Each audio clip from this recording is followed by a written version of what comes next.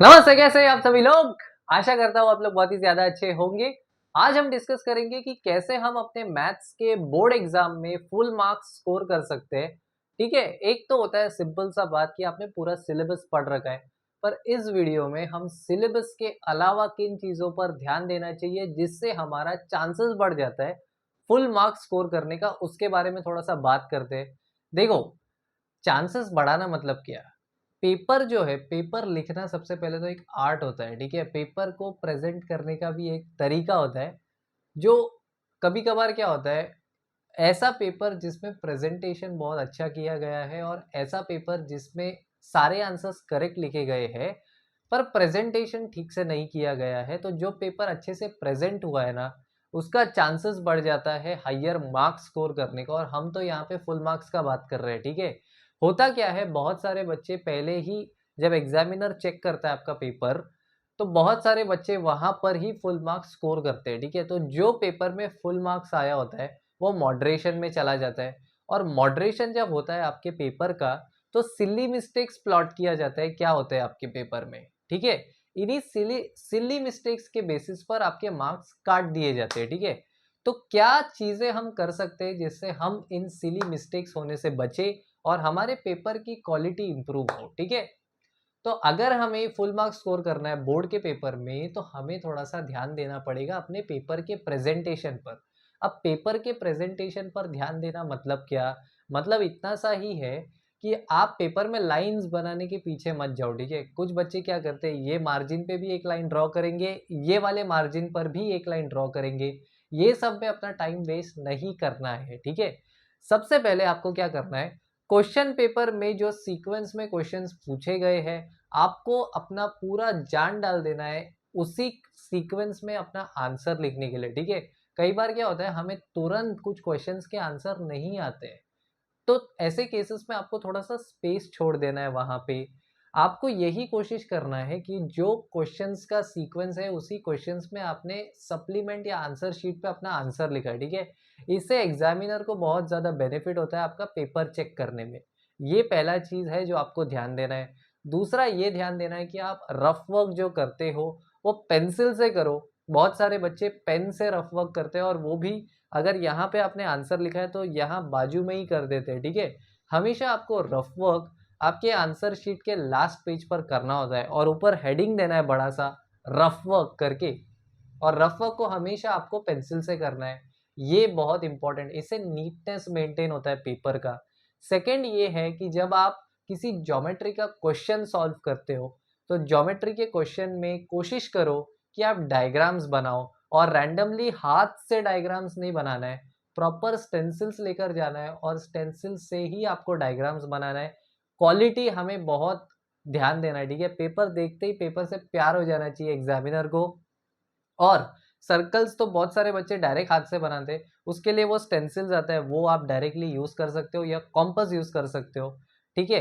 जिसको राउंडर भी बोलते हैं, जो भी है, उसको यूज़ करके ही आप अपना ज्योमेट्रिक शेप्स बनाओ।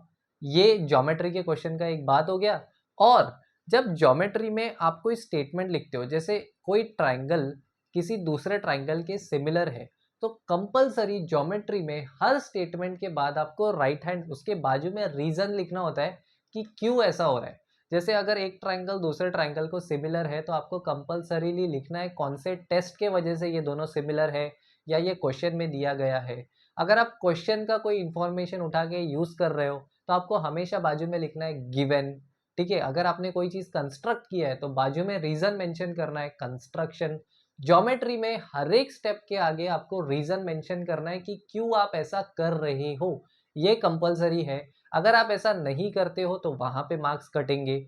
उसके बाद जब हम अलजेब्रा पे आते हैं, अलजेब्रा पे जैसे हमने सॉल्यूशंस निकाले लीनियर इक्वेशंस के, तो जैसे कुछ वर्ड प्रॉब्लम्स होते हैं जिसमें फादर का एज होता है, सन का एज होता है, तो इन दोनों को हमें निकालना होता है। तो आंसर हम ऐसे क्वेश्चंस में एक्स और वाई को अज्यूम करते हैं, ठीक है? तो फाइनल आंसर में आपको सिर्फ इतना नहीं लिखना है कि एक्स का वैल्यू समथिंग है और वाई का वैल्यू समथिंग है।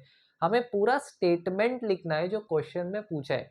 जैसे क्वेश्चन में अगर पूछा है what will be the age of father and what will be the age of son, तो आपको फाइनली लिखना है अलजेब्रा के क्वेश्चंस में कि the age of father will be something and the age of son will be something. आप सिर्फ x और y का वैल्यूज लिखकर मत छोड़ दो, यहाँ पे 1 मार्क्स सीधा सीधा कट हो जाता है। उसके बाद जब हम ज्योमेट्री के थियरम्स को प्रूव करते हैं तो थियरम दिया होता है, थियरम का स्टेटमेंट हमें क्वेश्चन में दिया होता है, ठीक है, क्वेश्चन पेपर में दिया होता है। तो जब आपने पूरा थियरम प्रूव कर दिया है अपने आंसर शीट में, तो लास्ट में आपको कंपल्सरीली लिखना है हेंस प्रूव्ड दैट, जो भी स्टेटमेंट दिया होगा ज्योमेट्री का उसको पूरा लिखना है, ठीक है। ट्रिग्नोमेट्री के क्वेश्चंस आते हैं, एलएचएस को आरएचएस के इक्वल प्रूव करना है, उसमें भी आपको लिखना है हेंस प्रूव दैट, जो क्वेश्चन दिया गया रहेगा, ठीक है।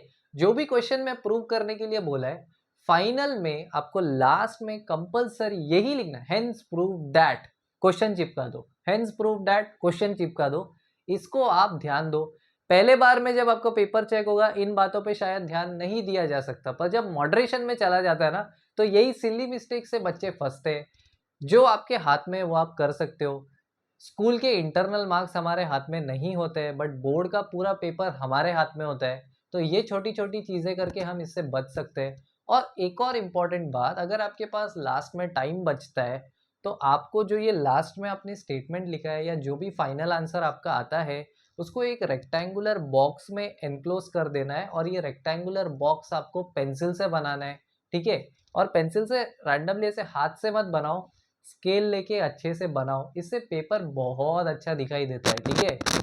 और एक और चीज़, बच्चे एक्स्ट्रा करने में टाइम वेस्ट कर देते हैं, जैसे एक्स्ट्रा क्वेश्चंस जो होते हैं उन्हें अटेम्प्ट करने में टाइम वेस्ट कर देते हैं। इससे अच्छा है कि आपने जो क्वेश्चंस अटेम्प्ट किए हैं उसको सबसे पहले आप चेक करो। चेक करने के बाद अगर आपके पास टाइम बचता है तो आप एक्स्ट्रा क्वेश्चंस को अटेम्प्ट करो, क्योंकि आप एक्स्ट्रा लिखो या ना लिखो आपको मार्क्स तो उतना ही मिलेगा जितना क्वेश्चन पेपर में दिया गया है उस पर्टिकुलर क्वेश्चन के लिए। तो एक्स्ट्रा करने से अच्छा जो हमने ऑलरेडी किया है उसको बेटर करने में आप फोकस करो, ठीक है। तो ये कुछ छोटी बातें हो गई जो अगर आप फॉलो करते हो तो आपके चांसेस बढ़ जाते हैं मैथ्स के पेपर में फुल मार्क्स स्कोर करने के। आशा करता हूँ आपको ये वीडियो पसंद आया होगा। Thank you so much guys ये वीडियो देखने के लिए। Bye bye and take care.